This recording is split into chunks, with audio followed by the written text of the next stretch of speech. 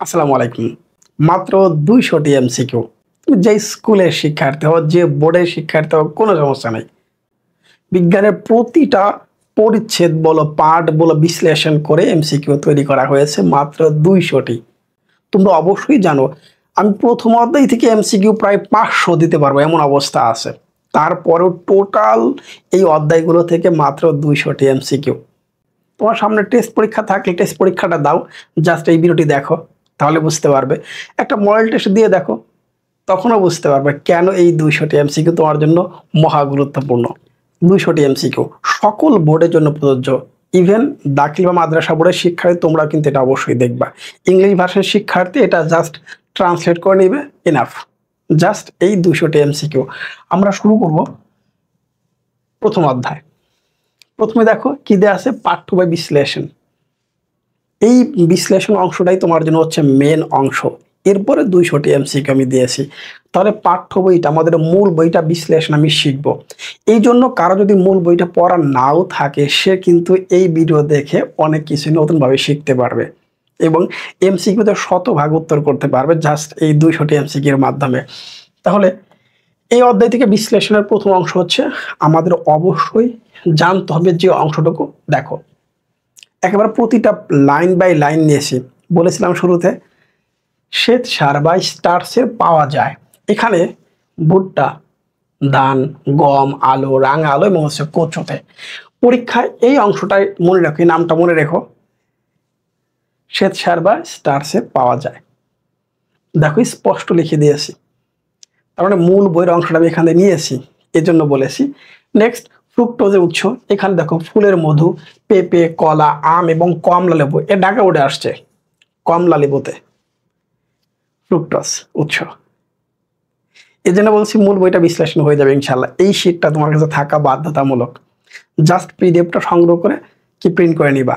Next হচ্ছে কি, শুক্রদেব উৎস হচ্ছে আখের রস, গুড় এবং হচ্ছে চিনি। আখের রস এবং গুড় দিয়ে চিনি তৈরি হয়, তার মানে তিনটা একই জিনিস। ওকে। গ্লুকোজ এর উৎস হচ্ছে খেজুর, আপেল, আঙুর এবং হচ্ছে গাজর। এই লাস্টে আঙুর এবং গাজর, এই দুটো নাম মনে রেখো স্পেশালি এইটার জন্য। নেক্সট হচ্ছে কি, সেলুলোজ। ও মোস্ট ইম্পর্টেন্ট, এটা অবশ্যই মনে রাখতে হবে। বলে সেলুলোজের উৎস কি, স্পেশালি এইটা, এটা কয়েকটা বোর্ডে আসছে। শুকনো ফল, এই অংশটা নিয়ে একটা স্ক্রিনশট দাও, পড়া শুরু করে দাও, সমস্যা নেই। টেস্ট পরীক্ষা যদি সামনে থাকে, তোমার যদি শেষ না হয়ে থাকে, তাহলে জাস্ট এই অংশটুকু দেখো। এর পরের অংশ চলে যাই। এবার দেখো উদ্ভিজ্জ আমিষের উৎস। এই বছর পরীক্ষা সবচেয়ে বেশি আসছে এই অংশটা, বাদাম। এটাই হচ্ছে এই শীটের ম্যাজিক বলে আমি এখান থেকে এইভাবে শিখবো, রাইট। প্রাণীজ আমিষের উৎস পরীক্ষায় খুব বেশি এখান থেকে এমসিকিউ আসে না, বাট পনির এটা মাথায় রাখতে হবে বেশি করে। আমিষ গঠনের একক হলো অ্যামাইনো অ্যাসিড। আলাদা উৎস, আমাদের শরীরে 20 ধরনের অ্যামাইনো অ্যাসিড পাওয়া যায়। খাদ্যের প্রধান উপাদান হচ্ছে 6টি। অসংখ্যবার বোর্ডে আসছে খাদ্যের উপাদান কয়টা, 6টা। অসংখ্যবার এমসিকিউতে আসছে, হয়ে গেল। ভিটামিন ই এর উত্তম উৎস হলো পাম তেল বা লেটুস পাতা। এই যে লেটুস পাতা, এর নামটা একটু মাথায় রাখতে হবে, লেটুস পাতা এই অংশটা। তাহলে চেঞ্জ করে দেয় এটা, ওকে। তারপর দেখতে পাচ্ছি খনিজ পদার্থের মধ্যে দেহে সবচেয়ে বেশি থাকে, এটা হচ্ছে ক্যালসিয়াম। সবচেয়ে বেশি 1 নম্বরে ক্যালসিয়াম। এরপর আছে ফসফরাস, যেটা আমরা পেয়ে থাকি নিজ উৎস থেকে, 2 নম্বর উৎস। পানিতে দ্রবণীয়, খুবই ইম্পর্টেন্ট একটা এমসিকিউ। পানিতে দ্রবণীয় হচ্ছে ভিটামিন সি আর ভিটামিন বি কমপ্লেক্স আছে, 2টা। ওকে, আমরা পরের অংশ চলে যাই। খাদ্য পিরামিডের সবচেয়ে উপরে স্নেহ চর্বি, একেবারে নিচে হচ্ছে কি আমিষ। একবার নিচের অংশটুকু দেখো, ওকে। তাহলে এটা হচ্ছে চর্বি, বা আমরা এটা পাই হচ্ছে পনির থেকে। খাদ্য পিরামিড বা সুষম খাদ্য তালিকায় সবচেয়ে বেশি থাকে হচ্ছে শর্করা, নিচের অংশটুকু। সংক্রামক রোগ, এইডস 1981 সালে চিহ্নিত হয়। এইচআইভি সংক্রমণের 5 বছর পর্যন্ত রোগের লক্ষণ প্রকাশ পায় না, মানে 5 বছর পর্যন্ত সুপ্ত অবস্থায় থাকে, বোঝা যায় না। এরপরে রিয়াকশনটা শুরু হয়। নেক্সট, এইচআইভি দেহে প্রবেশের পর টি লিম্ফোসাইট বা শ্বেত রক্তকণিকাকে আক্রমণ করে। এটাই মূল এমসিকিউর মধ্যে আমি রাখছি। নেক্সট হচ্ছে কি, এসকর্বিক অ্যাসিড বা ভিটামিন সি এর উৎস হচ্ছে লেটুস পাতা, এটা ইম্পর্টেন্ট, এমসিকিউ আকারে আসে। ধনে পাতা, পুদিনা পাতা, ফুলকপি, করলা। এই পুদিনা পাতাটা মনে রাখবে দুটো অংশ, আমলকি, টমেটো, পেয়ারা, আনারস এবং হচ্ছে লেবু, অনেকগুলো নাম। বিশ্লেষণ, ভালো লাগতেছে না এটা? জাস্ট এই বিশ্লেষণগুলো শিখলে হবে। মূল বইটা কিন্তু প্রথম অধ্যায়ে অনেক ইনফরমেশন। প্রথম বছর 500 এমসিকিউ করা যাবে প্রথম অধ্যায় থেকে। 500 এমসিকিউ প্র্যাকটিস করার পর মনে হবে কি যেন মনে বাদ পড়ে গেল, এরকম মনে হবে প্রথম অধ্যায়টা, এত ইনফরমেশন। এবার আসি আমরা দ্বিতীয় অধ্যায়। দ্বিতীয় অধ্যায় মূল বই আমরা বিশ্লেষণ কি শিখব? দ্বিতীয় অধ্যায় আমরা দেখবো হচ্ছে প্রথম অংশে 4 ডিগ্রি সেলসিয়াস তাপমাত্রায় পানির ঘনত্ব সবচেয়ে বেশি। 4 ডিগ্রি সেলসিয়াস তাপমাত্রায় পানির ঘনত্ব সবচেয়ে বেশি। বিজ্ঞানের যত ধরনের প্রবলেম আছে, গাণিতিক সমস্যাগুলো নিয়ে আমি একটা ভিডিও দিয়েছি, চাইলে সেটা দেখে আসতে পারো, সব ক্লিয়ার হয়ে যাবে। একবারে সংক্ষিপ্ত সিলেবাস যা আছে সব ক্লিয়ার হয়ে যাবে সেই ভিডিও দেখলে, অবশ্যই চেক করে দেখে নেবা। 1 সিসি পানির ভর হচ্ছে কত? 1 গ্রাম। পরীক্ষায় 500 সিসি পানির ভর কত? তাহলে 500 গ্রাম হবে। এমসিকিউ এইভাবে আসে। নেক্সট হচ্ছে কি, 1 ঘনমিটার বা 1 কিউবিক মানে পাওয়ার 3 কিউবিক পানির ভর হচ্ছে 10 কিউব বা 1000 কেজি। 1 লিটার পানিতে কমপক্ষে 5 মিলিগ্রাম অক্সিজেন থাকা প্রয়োজন। তাহলে অক্সিজেন থাকবে হচ্ছে কত? 5 মিলিগ্রাম 1 লিটার পানিতে কমপক্ষে। পানি উভধর্মী পদার্থ, অর্থাৎ কখনো অ্যাসিড কখনো ক্ষার হিসেবে কাজ করে। নেক্সট, বিশুদ্ধ পানির পিএইচ আলহামদুলিল্লাহ মনে সবাই আমরা জানি 7 হবে। বিশুদ্ধ পানি তড়িৎ পরিবহন করে না, তড়িৎ পরিবহন করে না বিশুদ্ধ পানি। স্বাদহীন, গন্ধহীন কিছুই নাই, তড়িৎ পরিবহন করে না, নিরপেক্ষ, অনেকগুলো শব্দ এটা হচ্ছে পানি সম্পর্কে, বিশুদ্ধ পানি সম্পর্কে। কিন্তু লবণ বা অ্যাসিড মিশ্রিত থাকলে তড়িৎ পরিবাহিত হয়। মানব দেহের শতকরা 65 থেকে 75 ভাগ হচ্ছে পানি থাকে। পানিকে সার্বজনীন দ্রাবক বা অজৈব দ্রাবক বলা হয়। That's it. দেখি তার কিছু আছে কিনা এই অধ্যায়ে। হ্যাঁ, আরেকটু আছে। পৃথিবীতে ব্যবহার উপযোগী ফ্রেশ ওয়াটার বা মিঠা পানি হচ্ছে মাত্র 1%। আমরা খাদ্য হিসাবে যে পানি খাবো সেটা মাত্র হচ্ছে 1% ফ্রেশ ওয়াটার। পৃথিবীর 90 ভাগ পানির উৎস হলো মেরিন ওয়াটার বা সমুদ্রের পানি। পানি এবং মাটিতে জন্মে, তার মানে দুটো, উভয়, পানি এবং হচ্ছে স্থল এবং হচ্ছে পানি এবং মাটিতে জন্মে। কলমি, হেলেঞ্চা, কেশরদাম, 3টা নাম মনে রেখো। এই 3টা নামের উপর যেন গুরুত্ব বেশি থাকে। শুধু পানিতে হচ্ছে সিঙ্গারা, শ্যাওলা, কচুরিপানা এবং শাপলা ইত্যাদি উদ্ভিদ জন্মে। জলজ প্রাণী এবং উদ্ভিদ বেঁচে থাকার জন্য পানির পিএইচ হবে 6 থেকে হচ্ছে 8। ভূপৃষ্ঠের 75 ভাগ হচ্ছে পানি। Sodium hypochlorite, sodium hypochlorite, sodium হাইপোক্লোরাইডের সংকেত দেখতে পাচ্ছি। হাইপোক্লোরাইড দুটোই অংশ পরপর দিয়েছি। এরপর হচ্ছে কি, একই জিনিস দুবার হয়ে গেছে আর কি। ক্লোরিনেশন বা পানি বিশুদ্ধ করার জন্য ব্যবহৃত হচ্ছে ক্লোরিন গ্যাস। লাস্ট হচ্ছে কি দেখতে পাচ্ছি আমরা, ঔষধ তৈরির জন্য পাতন প্রক্রিয়ায় পানি বিশুদ্ধকরণ করা হয়। আর লাস্ট হচ্ছে সমুদ্রের পানির উচ্চতা 45 সেন্টিমিটার বাড়লে সুন্দরবনের 75 ভাগ পানির নিচে চলে যাবে। দেখতে পাচ্ছ 75। এখানে সোডিয়াম না হয়ে ক্যালসিয়াম হবে, এখানে নামটা প্লাসে ভুল দেওয়া আছে, হয়তো ই করার সময় তোমরা বুঝে নিবা। তাহলে ক্যালসিয়াম হাইপোক্লোরাইড, এখানে Ca, যেহেতু এখানে ক্যালসিয়াম হবে দুটো। এটা হচ্ছে আমরা ক্লোরিন গ্যাস বলি না। ক্লোরিনেশনের ক্ষেত্রে আমরা যে বোতলে যে পানিটা খেয়ে থাকি, সেটা বোতলজাত পানি তৈরি করা হয়। খুবই ইম্পর্টেন্ট, মূল এমসিকিউর মধ্যে কথাগুলো বলেছি। আচ্ছা, পরের অংশ দেখি আমরা। পানিতে সীসার প্রভাব গুরুত্বপূর্ণ। সীসা, এই সীসার কারণে কি হয়? কিডনি বিকল হয়, রক্ত শূন্যতা। এই যে এইটা অনেকবার পরীক্ষা আসছে। মেজাজ খিটখিটে কখন হবে? যদি পানিতে সীসা মিশ্রিত অবস্থায় থাকে এবং সেই পানিটা রেগুলার পান করতে থাকে। এই ক্ষেত্রে পানিতে পারদের প্রভাব। পারদ, মস্তিষ্ক বিকল, ত্বকের ক্যান্সার, বিকলাঙ্গতা, এইটা মনে রেখো। পানিতে আর্সেনিকের প্রভাবে পাকস্থলী রোগ, ত্বক ও ফুসফুসের ক্যান্সার। পাকস্থলী রোগটা আসতে পারে এমসিকিউতে আর্সেনিকের কারণে।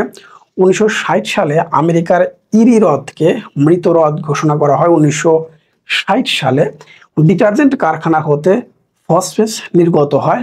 রামসার কনভেনশন 1971 সালে অনুষ্ঠিত হয়। বাংলাদেশ আরো 1 বছর পরে জয়েন করে। কনভেনশন 1982 এবং 87 সালে 2বার সংশোধন করা হয়। ভারত সরকার 1975 সালে গঙ্গা পানির গতিপথ পরিবর্তন করে। সমুদ্রের পানির উচ্চতা 2 মিটার বাড়লে বাংলাদেশের 10 ভাগের 1 ভাগ পানির নিচে চলে যাবে। শুধু বাংলাদেশ না, অনেক দেশে চলে যাবে। 2 মিটার কিন্তু হিউজ। 100 সেন্টিমিটারে 1 মিটার, তার মানে 200 সেন্টিমিটারের কথা বলা হচ্ছে। ওকে, তৃতীয় অধ্যায় হৃদযন্ত্রের যত কথা। এই অধ্যায়টা অনেক বড়। এই অধ্যায় হিউজ ইনফরমেশন, প্রথম অধ্যায়ের মতো, কিন্তু টেকনিক্যালি পড়তে হবে, সবার চেয়ে এগিয়ে থাকবো আমরা। নেক্সট, রক্তের তরল অংশ হচ্ছে প্লাজমা। তরল অংশ, রক্তের তরল অংশ হচ্ছে প্লাজমা। মানুষের ধমনীতে রক্তের পিএইচ হবে কত? 7.4। পূর্ণবয়স্ক মানুষের দেহের রক্তের পরিমাণ হবে মোট 8%। মানুষের রক্তরসের প্রায় 90 ভাগ হচ্ছে পানি এবং 10% হচ্ছে জৈব এবং অজৈব পদার্থ। তাহলে 90 আর হচ্ছে 10। লোহিত রক্তকণিকা সঞ্চিত থাকে প্লীহাতে, এই নামটা মনে রাখতে হবে, আর উৎপন্ন হয় অস্থিমজ্জায়। তাহলে সঞ্চিত মানে জমা থাকে প্লীহাতে এবং উৎপন্ন হয় অস্থিমজ্জায়। জমা একত্র হয় মানে সঞ্চিত হয়, এটা হচ্ছে প্লীহাতে, এবং উৎপন্ন হয়, তৈরি হয় হচ্ছে অস্থিমজ্জায়। দুটো শব্দ। মানুষের দেহে লোহিত রক্তকণিকার আয়ু হচ্ছে 120 দিন বা 4 মাস। 3 4 12, 120 দিন বা 4 মাস। প্রতিটি কোষে অক্সিজেন সরবরাহ করে লোহিত রক্তকণিকা। লিম্ফোসাইট অ্যান্টিবডি গঠন করে, দেহে অ্যালার্জি প্রতিরোধ করে, হিস্টামিন বা আর নাম কি দেখতে পাচ্ছ, বেসোফিল। হয়ে গেল, পরের অংশ চলে যাই। শিরা এবং ধমনীর সংকেত স্থলে রক্তনালী হলো কৌশিক জালিকা। এই নামটা খুবই কমন একটা নাম। এই অধ্যায়ের এমসিকিউর জন্য খুব কমন একটা নাম হচ্ছে কৌশিক জালিকা। মানুষের হৃৎপিণ্ড ত্রিকোণাকার এবং হৃৎপিণ্ড 4 প্রকোষ্ঠ বিশিষ্ট। ডান অলিন্দ, বাম অলিন্দ, ডান নিলয়, বাম নিলয়। কার্ডিয়াক চক্রের ধাপ হচ্ছে 4টা। মানুষের স্বাভাবিক রক্তচাপ হচ্ছে 120 থেকে 180, সরি শুধু 80 থেকে 120। রক্তে দেখতে পাচ্ছি এর পরিমাণ হবে কত? শরীরের উপযোগী, 20 উপযোগী। ইনসুলিনের অভাবে বহুমূত্র বা ডায়াবেটিস রোগ হয়। এই হচ্ছে আমার প্রথম 3টা অধ্যায়।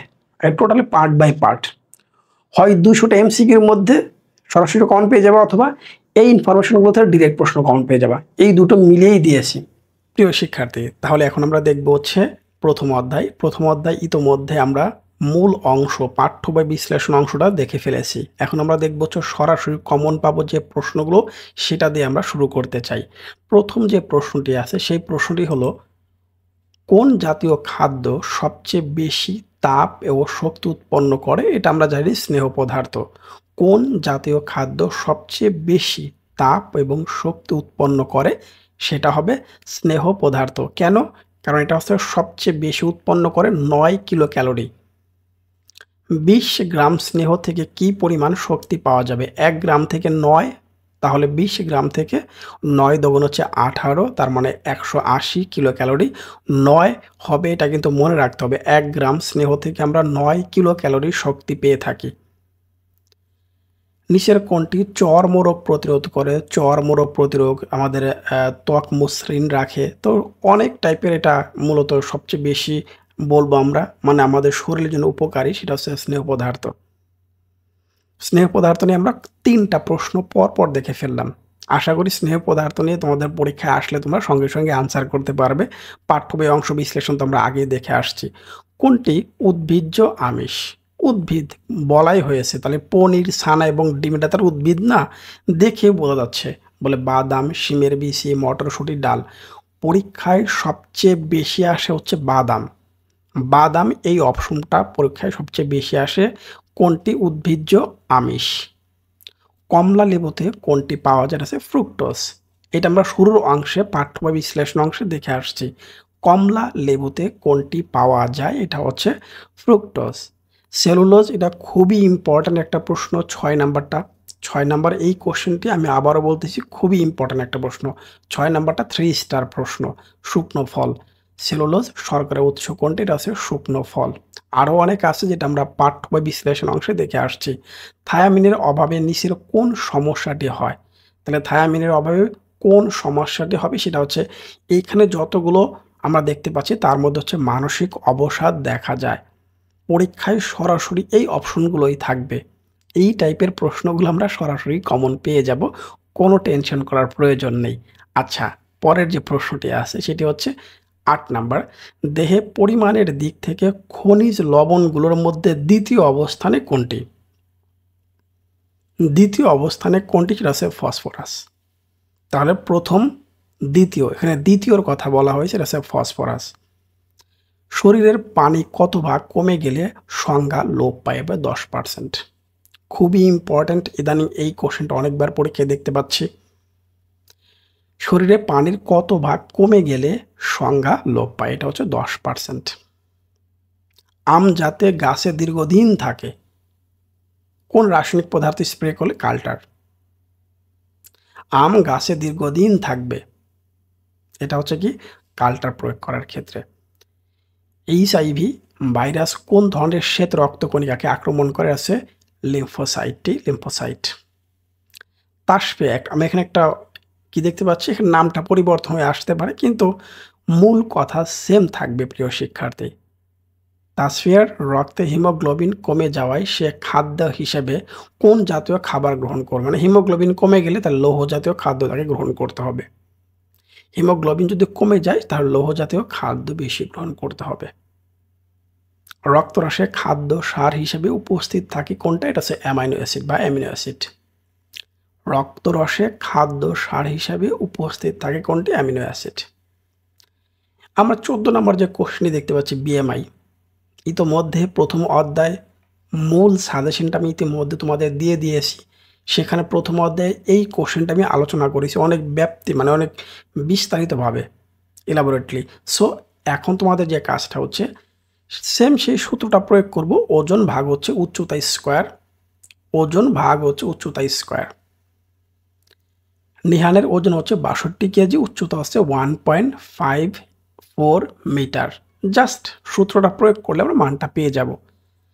তাহলে 15 নম্বর প্রশ্ন যেটা, সেটা না দিলেই কিন্তু হতো, জাস্ট উল্টায় দিব, ভর হচ্ছে ওজন ভাগ হচ্ছে উচ্চতা স্কোয়ার, আমরা এখানে পেয়ে যাব। তাহলে কত? 60 কেজি। দুটো কিন্তু প্রশ্ন আমরা পেয়ে গেলাম। আশা করি এই টাইপের কোশ্চেন আর পড়ার প্রয়োজন নাই। নিচের কোনটিকে দেহ গঠনের খাদ্য বলা হয়? দেহ গঠন, আমিষ। আমিষ হচ্ছে দেহ গঠনের উপাদান। আমাদের প্রত্যেক দিন নির্দিষ্ট পরিমাণ আমিষ জাতীয় খাবার গ্রহণ করতে হবে যদি শরীর ঠিক রাখতে চাই। প্রতি গ্রাম শর্করা জারণে কত কিলো ক্যালোরি শর্করায় তাপ উৎপন্ন হয়? 4.1। মাখন, মাখনে বিশেষ সুগন্ধ এবং স্বাদ সৃষ্টি করতে কি ব্যবহার করা হয়? সেটা হচ্ছে এনজাইম। তাহলে মাখনে বিশেষ সুগন্ধ ও স্বাদ সৃষ্টি করতে কি ব্যবহার করা হয়? এটা হচ্ছে এনজাইম। মাখনে বিশেষ সুগন্ধ ও স্বাদ সৃষ্টি করতে কি ব্যবহৃত হয়? এনজাইম। প্রাণীদেহের গঠনের নিচের কোন খাদ্যগুলো অপরিহার্য? মাছ আর হচ্ছে কি ডিম। প্রাণীদেহের গঠনের নিচের কোন খাদ্যগুলো অপরিহার্য? মাছ আর হচ্ছে ডিম। সবগুলোই অপরিহার্য, তার মধ্যে এটা কিন্তু মাস্ট লাগবে প্রাণীদেহের জন্য, মানে আমিষ জাতীয় খাবারের ক্ষেত্রে। কোনটি কঠিন স্নেহ পদার্থ? মাছের তেল, সয়াবিন তেল, মাছের তেল, সরিষার তেল, সূর্যমুখী তেল। বাকি সবগুলো কিন্তু বীজ থেকে উৎপন্ন হচ্ছে, কিন্তু একটা আসছে প্রাণী থেকে, প্রাণী, মাছের তেল। প্রাণীদেহের মানে 4টা অপশন একটু খেয়াল করলে, যদি পরীক্ষার হলে যে অনেক সময় বলে না, এইটা হচ্ছে, আমি আবারও বলতেছি, এটা হচ্ছে প্রত্যেকে যে কমন সেন্স ব্যবহার করা, এই টাইপের প্রশ্নগুলো। প্রাণীদেহের শুষ্ক ওজনের জন্য প্রায় শতকরা কত ভাগ প্রোটিন? এটা হচ্ছে কি 50%। ওই যে প্রোটিন মানে আমিষ জাতীয় খাবার যেটা আমরা গ্রহণ করি, 50% থাকবে এটা। নিচের কোনটি পানিতে দ্রবণীয় ভিটামিন, মানে পানির সাথে মিশে যায়, দ্রবীভূত হয়? সেটা হচ্ছে ভিটামিন সি আর হচ্ছে বি কমপ্লেক্স। খুবই খুবই ইম্পর্টেন্ট প্রশ্ন। আমি এতক্ষণ পর্যন্ত যে প্রশ্নগুলো তোমাদের পড়ে শোনালাম, সেখানে এই প্রশ্নটি এবং আর একটা প্রশ্ন, দুটো প্রশ্নের কথা অনেক বেশি বলেছি। তাহলে নিচের কোনটি পানিতে দ্রবণীয় ভিটামিন? ভিটামিন সি বা ভিটামিন বি কমপ্লেক্স। রাতকানা রোগ প্রতিরোধে বেশি করে খেতে হবে গাজর, পাকা পেঁপে। গাজর এবং পাকা পেঁপে রাতকানা রোগ প্রতিরোধে বেশি করে খেতে হবে। হৃৎপিণ্ডের পেশির স্বাভাবিক সংকোচনে সহায়তা করে কোনটি? একবারে রেগুলার মানে ইউজুয়াল, এটা হচ্ছে ক্যালসিয়াম। প্রথম উপাদান ক্যালসিয়াম প্রথম, 2nd হচ্ছে ফসফরাস। ওকে, কোনটি প্রাণীদের অস্থি এবং দন্তের প্রধান উপাদান? হাড় এবং দাঁতের প্রধান উপাদান এটা হচ্ছে কি ক্যালসিয়াম। দাঁত তো পুরোটা ক্যালসিয়াম দিয়েই তৈরি। কোনটি প্রাণীদেহের অস্থি মানে হাড় এবং দন্তের প্রধান উপাদান হচ্ছে ক্যালসিয়াম। নিচের কোনটির অভাবে বয়স্ক মহিলাদের বলছে অস্টিওম্যালেশিয়া রোগ হয়? এটাও সেই ক্যালসিয়ামের অভাবেই। সুষম খাদ্যের পিরামিডে শর্করার স্থান কোনটি? সবচেয়ে নিচ স্তরে। কত বছর পর্যন্ত মানবদের বৃদ্ধি ঘটে? 20 থেকে 24 বছর পর্যন্ত। এরপর আর বৃদ্ধি ঘটে না, স্ট্যাবল থাকে। যদি খাবার দাবার ঠিক রাখে তাহলে একবার মৃত্যুর আগ পর্যন্ত তারা বয়সে কোনো ছাপ পড়বে না, যদি শরীরে ভিটামিন সিটা সে রেগুলার মেনটেন করে, স্পেশালি ভিটামিন সিটা। একজন পূর্ণবয়স্ক শারীরিক পরিশ্রম করা মানুষের দৈনিক কতটুকু খাবার গ্রহণ করা উচিত? 2000 থেকে 2500 কিলো ক্যালোরি। অ্যাসিটিক অ্যাসিড এর 5% কী কাজে ব্যবহার করা হয়?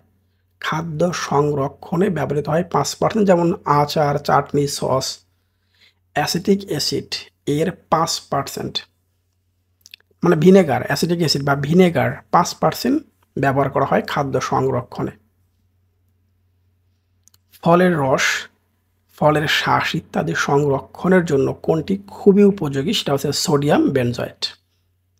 ফলের রস, ফলের শ্বাস ইত্যাদি সংরক্ষণের জন্য কোনটি খুব উপযোগী? সেটা হচ্ছে সোডিয়াম বেনজয়েট। নিচের কোনটি খাদ্যদ্রব্য সংরক্ষণে অনুমোদিত রাসায়নিক পদার্থ নয়? ফরমালিন। ফরমালিন ব্যবহার করা যাবে না। এটা কিন্তু লাস্টে নেগেটিভ বলে দিচ্ছে, না, এটা হচ্ছে না, নেগেটিভ।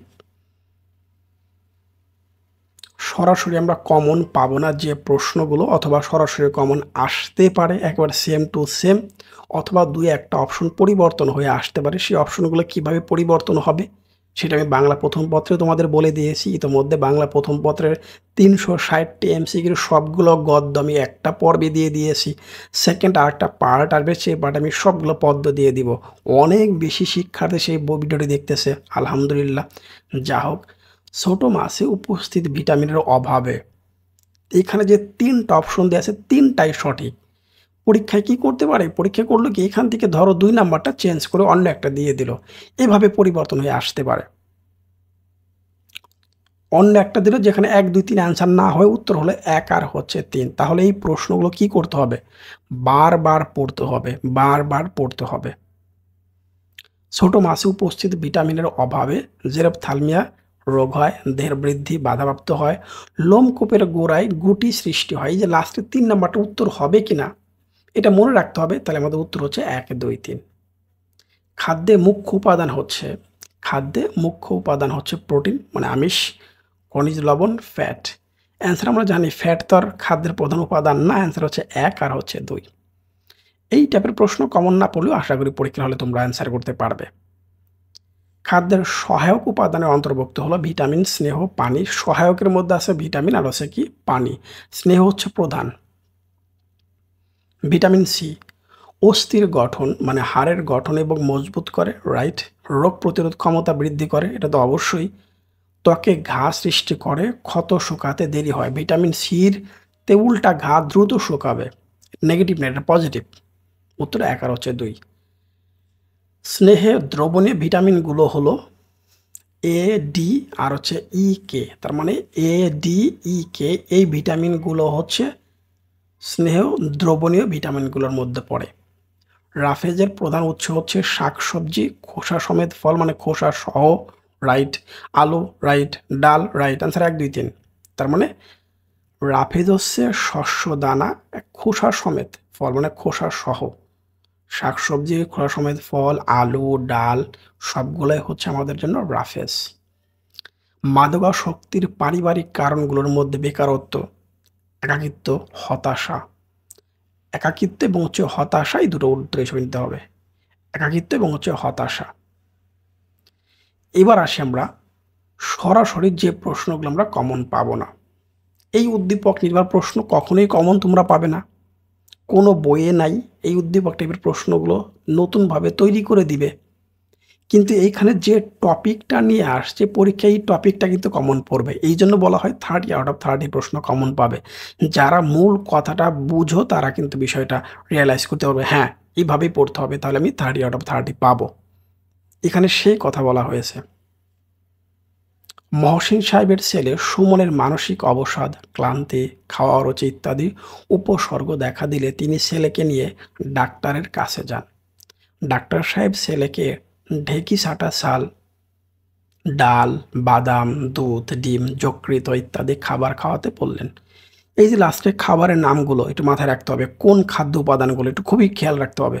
সুমনের দেহে কোনটির অভাব সুস্পষ্ট? থায়ামিন। থায়ামিনের অভাবে মানসিক অবসাদ হয়, যেটা আমরা একটা এমসিকিউ দেখে আসছি।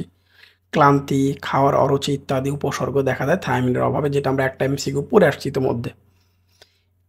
এইটা যদি দূর করতে চাই তাহলে সেই ক্ষেত্রে যে খাদ্যের নামগুলো বলেছে যদি ঠিক মতো সে গ্রহণ না করে তাহলে কি সমস্যা হবে?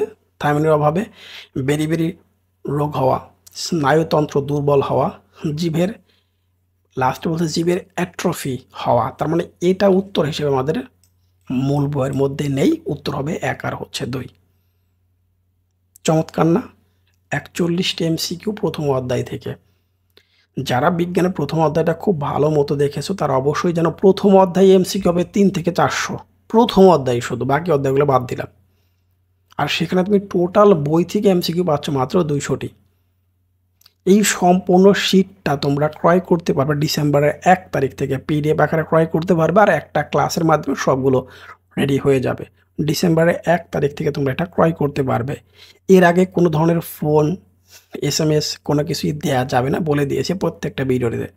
জাস্ট ডিসেম্বরের 1 তারিখ থেকে তোমরা নক দিতে পারো। টেস্ট পেপার বিশ্লেষণ করে শেষে এটার পার্ট 2তে গিয়ে নতুন কিছু প্রশ্ন অ্যাড হবে। টোটাল প্রশ্ন হবে 200টি। ওকে, আমরা পরের অধ্যায় চলে আসলাম। অধ্যায় হচ্ছে 2, জীবনের জন্য হচ্ছে পানি। এই অধ্যায়টা সবচেয়ে সহজ অধ্যায়, আমাদের বিজ্ঞান বইয়ের মধ্যে সবচেয়ে সহজ অধ্যায় হচ্ছে এটা।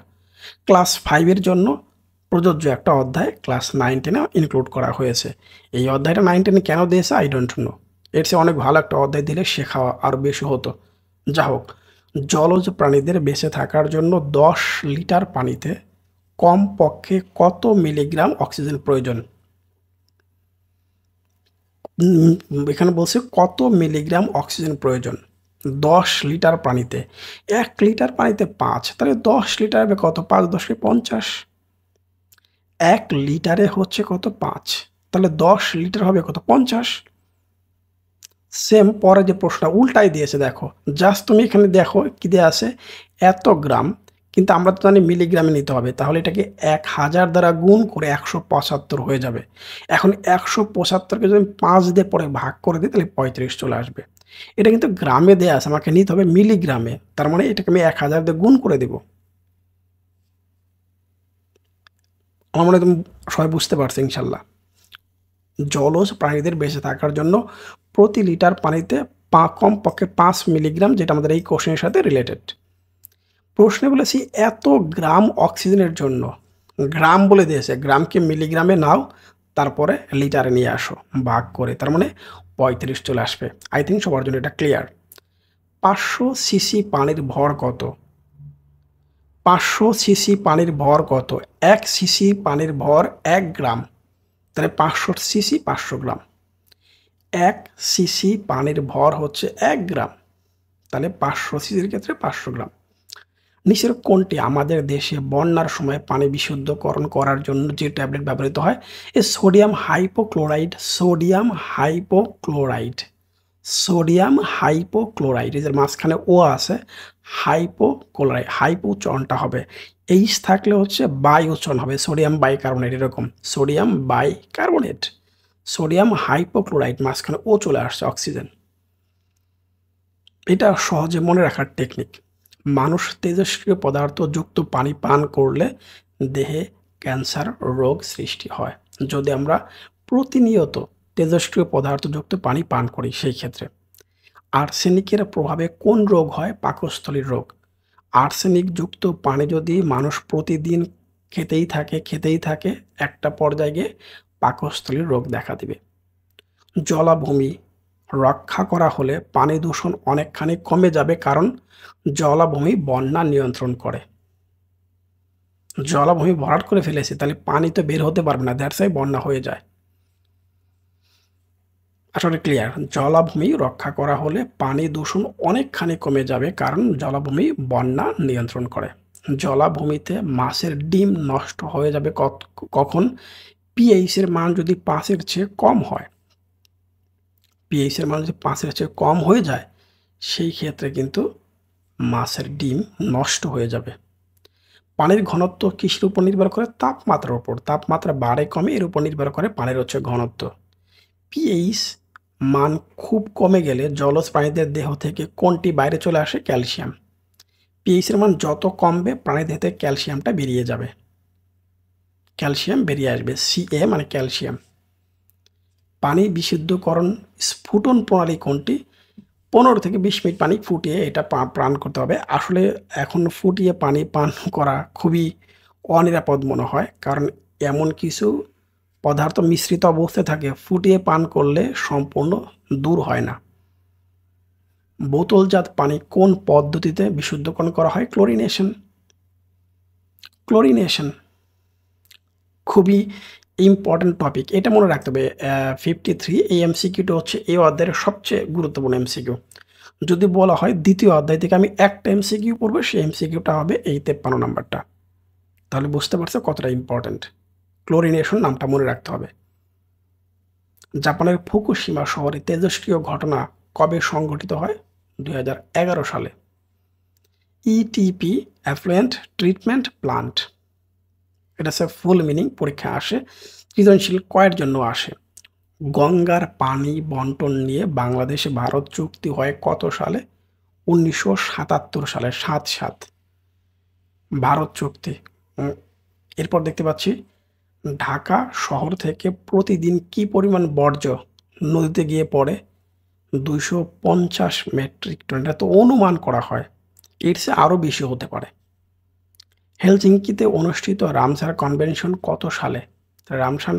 রামসার কনভেনশন কত সালে সংশোধন করা হয়? 2বার সংশোধন করা হয়, একবার 87, আবার 5 বছর পর আছে 87, 82 আর 87।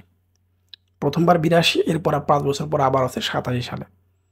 তাহলে হেলসিঙ্কিতে অনুষ্ঠিত রামসার কনভেনশন কত সালে সংশোধন করা হয়? 82 ও 87। আন্তর্জাতিক পানি ব্যবহারের জন্য কত সালের চুক্তি স্বাক্ষরিত হয়? 97 সালে। 97 সালে। অনেকগুলো সাল এইখানে আছে, এটা মনে রাখতে হবে। বাংলাদেশ কত সালে রামসার সমঝোতা চুক্তিতে স্বাক্ষর করে? 73 সালে, মানে মুক্তিযুদ্ধের স্বাধীনতার 2 বছর পর। পানির স্ফুটনাঙ্ক কত? 99.98 ডিগ্রি সেলসিয়াস। এবার আসি আমরা যে প্রশ্নগুলো নিয়ে তোমাদের মধ্যে কথা থাকে, সেটা হচ্ছে কি সরাসরি কমন বা অপশন পরিবর্তন হতে পারে। ব্যাখ্যাটা আমি ইতিমধ্যে প্রথমে অংশে বলে দিয়ে আসছি। বিশুদ্ধ পানির ক্ষেত্রে বিশুদ্ধ পানি বর্ণহীন, স্বাদহীন, গন্ধহীন, নাথিং, কিচ্ছু নাই।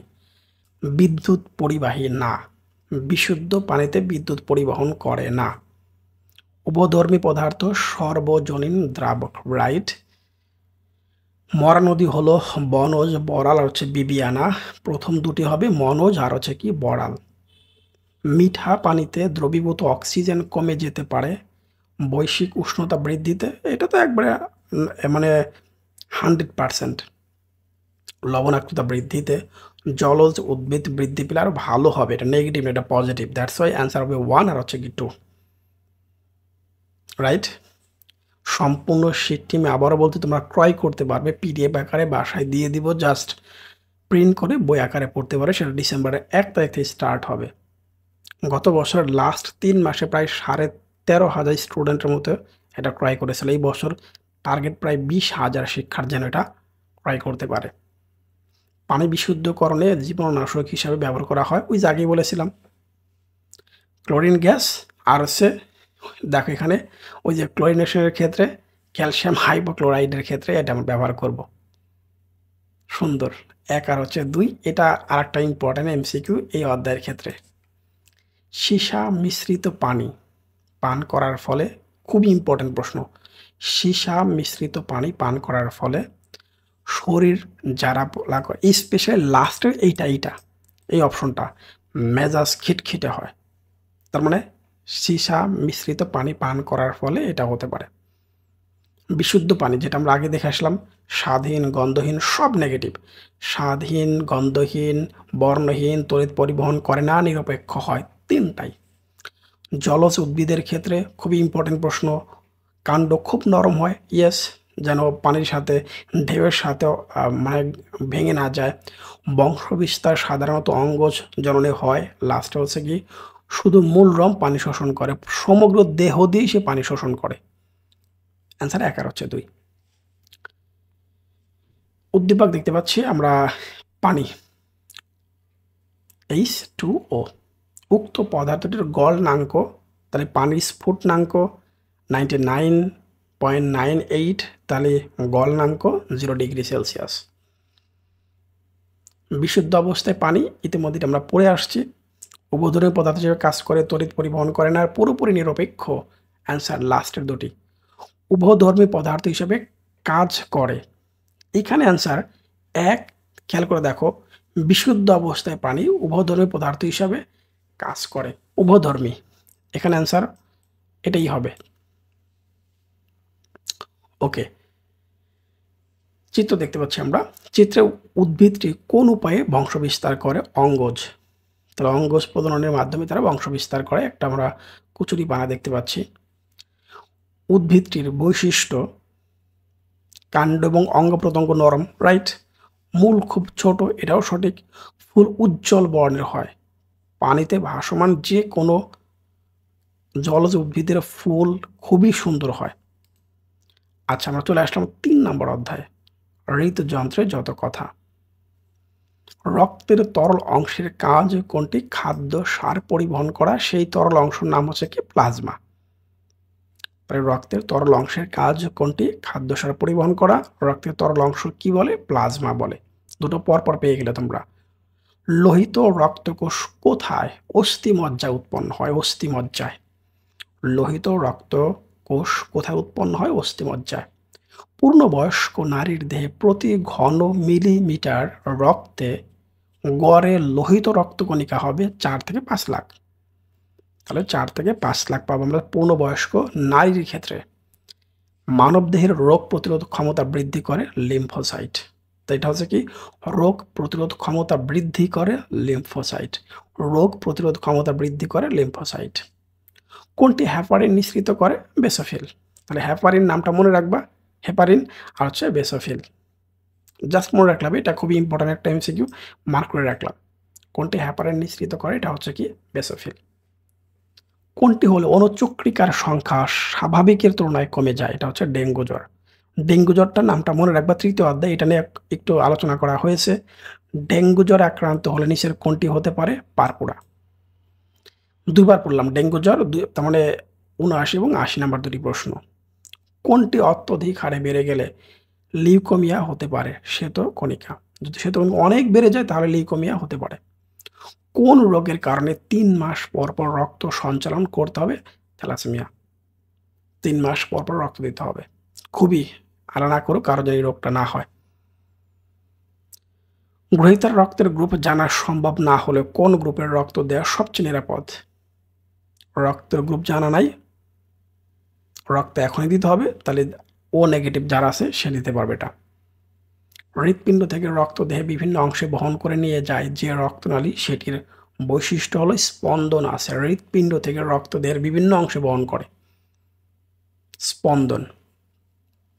কৈশিক জালিকা। আচ্ছা, এই কোশ্চেনটা একটু মার্ক করে রাখলাম, এটা ইম্পর্টেন্ট তোমার জন্য। এই অধ্যায়ের আরেকটা গুরুত্বপূর্ণ এমসিকিউ, কৈশিক জালিকা থেকে নিচের কোনটি উৎপন্ন হয়? শিরা।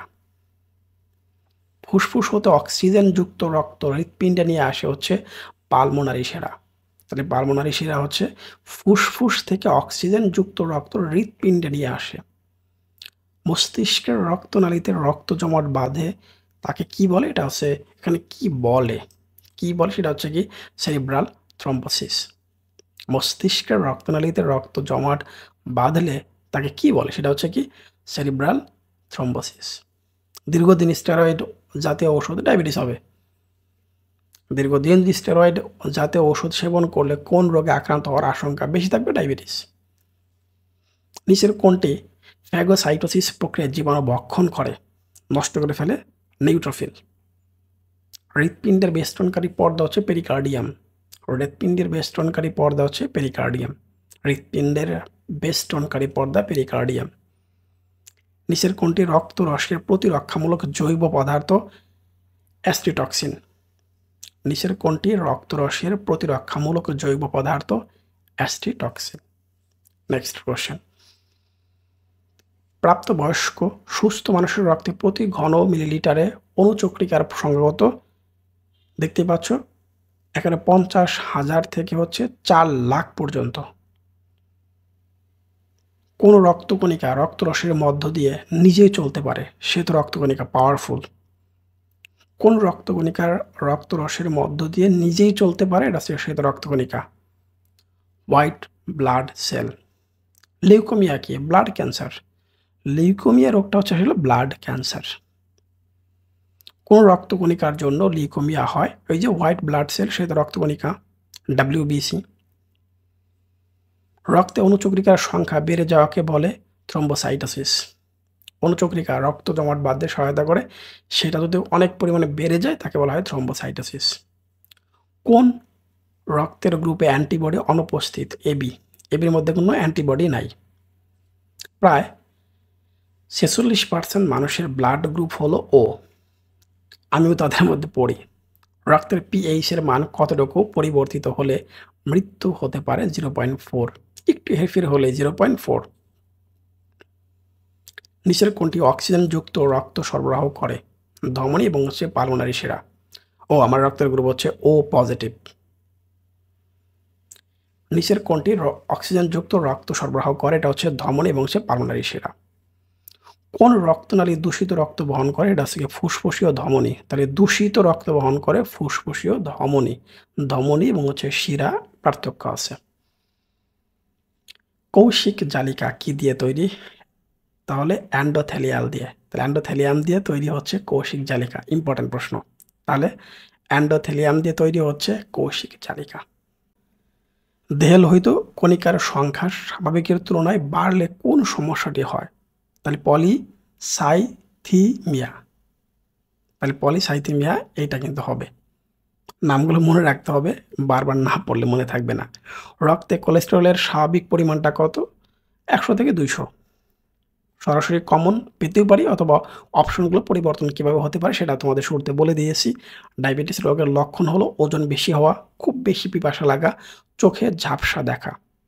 এটা হচ্ছে ডায়াবেটিস রোগের লক্ষণ। ওকে। রক্তরস পরিবহন করে অক্সিহিমোগ্লোবিন রূপে অক্সিজেন। রক্ত জমাট বাঁধায় প্রয়োজনীয় উপাদান হরমোন, এনজাইম, লিপিড। এই যে নামগুলো আছে, এই কোশ্চেনটা 5 থেকে 7 বার না পড়া পর্যন্ত তুমি মাথায় থাকবে না, ভুলে যাবে। 2-1টা মনে পড়বে, 1 আর 2 আনসার হবে না 1, 2, 3 আনসার, এরকম মানে কনফিউশন হয়ে যাবে এক্সাম হলে গিয়ে। সেটা রাখা যাবে না, যে বারবার পড়তে হবে। শিরার বৈশিষ্ট্য কি? ধমনী দেখলাম, এখন শিরার বৈশিষ্ট্য কি? প্রাচীর হচ্ছে পাতলা, কার্বন ডাই মানে দূষিত রক্ত পরিবহন করে। তাহলে অ্যান্সার হচ্ছে 1 আর হচ্ছে 2। ওকে। কার্বন ডাইঅক্সাইড সমৃদ্ধ রক্ত বহন করে। আমরা চিত্র দেখতে পাচ্ছি হৃৎপিণ্ডের। তাহলে উদ্দীপকের চিত্রে এ, এখানে যদিও এ আর বিটা মার্ক করতে ভুল হয়ে গেছে, যা হোক এটা আমরা এই কোশ্চেনটা আপাততই রাখতেছি, স্থগিত রাখতেছি, যেতে এ আর বিটায় কি করে নাই, এখানে মার্ক করা হয় নাই। খেয়াল করে দেখো, উত্তর 2 এবং 3 হিসেবে দেওয়া হয়েছে। সি, এ, বি, সি এখানে মার্ক করা হয়তো চিত্রে আসে নাই। যাই হোক, পরের কোশ্চেনটা আমরা দেখব। আমরা এখানে চিত্র দেখতে পাচ্ছি, এখানে এ চিহ্নিত অংশটির নাম কি? আমরা দেখতে পাচ্ছি জালের মতো যে অংশটুকু, কৌশিক জালিকা। এ চিহ্নিত অংশের ক্ষেত্রে প্রযোজ্য, মানে কৌশিক জালিকার ক্ষেত্রে কোনটা প্রযোজ্য? এক স্তর বিশিষ্ট অ্যান্ডোথেলি, ওই যেটা আমরা পড়ে আসছি একটা এমসিকিউর মধ্যে, রাইট। জালকের আকারে বিন্যাস জালের মতো, রাইট। অ্যান্সার 1 আর হচ্ছে 2। ভূমিকা নেই বলছে, এখানে ভূমিকা আছে। তাহলে এই যে ইম্পর্টেন্ট একটা প্রশ্ন, রত্নার রক্তে কোনো অ্যান্টিজেন নেই। তাহলে রেসাসপেক্ট হচ্ছে মাইনাস, কিন্তু রত্নার স্বামীর রক্তে আবার প্লাস। একজনের মাইনাস, একজন হচ্ছে প্লাস, ঝামেলা সৃষ্টি হবে। এবার রত্না কোন গ্রুপের রক্ত গ্রহণ করতে পারবে প্লাসের ক্ষেত্রে? যেহেতু মাইনাস, সে প্লাস নিতে পারবে। আর হচ্ছে মানে দুইটাই দেখো, ও পজিটিভ, ও দেওয়া আছে, আবার লাস্টে আড়াইশ প্লাস, দুইটাই দুইটাই কিন্তু পজিটিভ। এবার আসি মাইনাসের কারণে সে পজিটিভ। গর্ভধারণের ক্ষেত্রে রত্নার দ্বিতীয় ভ্রূণ মারা যাবে, আর দ্বিতীয়বার, প্রথমবার কোনো সমস্যা নেই, দ্বিতীয়বার খুব ঝামেলা সৃষ্টি হবে। লোহিত রক্তকণিকা জমাট বাঁধতে পারে, এইটা জমাট বাঁধার কারণেই মূলত এটা সে মনে করেন দ্বিতীয়বার ঝামেলা সৃষ্টি হয়। তোমরা মূল অংশটুকু পড়লেই বুঝতে পারবে। শিশুর জন্ডিস হবে বারবার, হ্যাঁ শুকিয়ে যাবে বারবার, আল্লাহ না করুক এরকম কারণ না হয়। লতার শিশু অবস্থা থেকেই রক্ত শূন্যতার লক্ষণ দেখা দেয়, তার প্রতি 3 মাস অন্তর অন্তর, এই যে সেই ঝামেলা। আমার একটা পড়ে আসছে এমসিকিউ আকারে, থ্যালাসেমিয়া। লতার উক্ত রোগের কারণটা কি ছিল? হিমোগ্লোবিনের অস্বাভাবিকতা, তার অটোজমে অবস্থিত 2টি প্রচ্ছন্ন জিন, রাইট? তার পিতা মাতার অটোজমে অবস্থিত প্রচ্ছন্ন জিন। এই যে আমরা আগের যে এমসিকিউটা দেখে আসলাম, এই অধ্যায়টা এই টাইপের এমসিকিউগুলো পরীক্ষা বেশি থাকবে।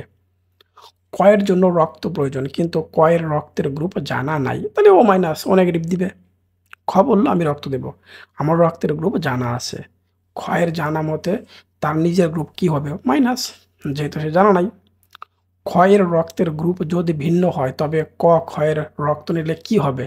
ওই যে রক্ত জমাট বেঁধে তার জীবন বিপন্ন হতে পারে যদি উল্টোপাল্টা হয়ে যায়। রক্তের গ্রুপ জানার গুরুত্ব হলো সঠিক রক্তদান, রক্তদান নীতি অনুসরণ করা, বড় ধরনের বিপর্যয় এড়ানো। এই যে 3টা অধ্যায় তোমাদের দিয়ে দিলাম, বাকি আছে আরও 3টা অধ্যায়। পার্ট 2-তে টেস্ট পেপার বিশ্লেষণ সহ তোমরা পেয়ে যাবে। অনেক ভালো থাকো। আর পিডিএফটা বা একটা ক্লাস আকারে, কোর্স আকারে ক্রয় করতে পারবে, অথবা শুধু পিডিএফ নিতে পারবে, সেটা হচ্ছে ডিসেম্বর 1 তারিখ থেকে। ওয়েট, একটা কমেন্ট, একটা লাইক এবং কারোর সাথে শেয়ার করা, এটা খুব কঠিন কাজ। এই সাজেশন তৈরি করার চেয়েও কঠিন কাজ। এটা তোমার নৈতিক দায়িত্ব। শুভেচ্ছা নিরন্তর।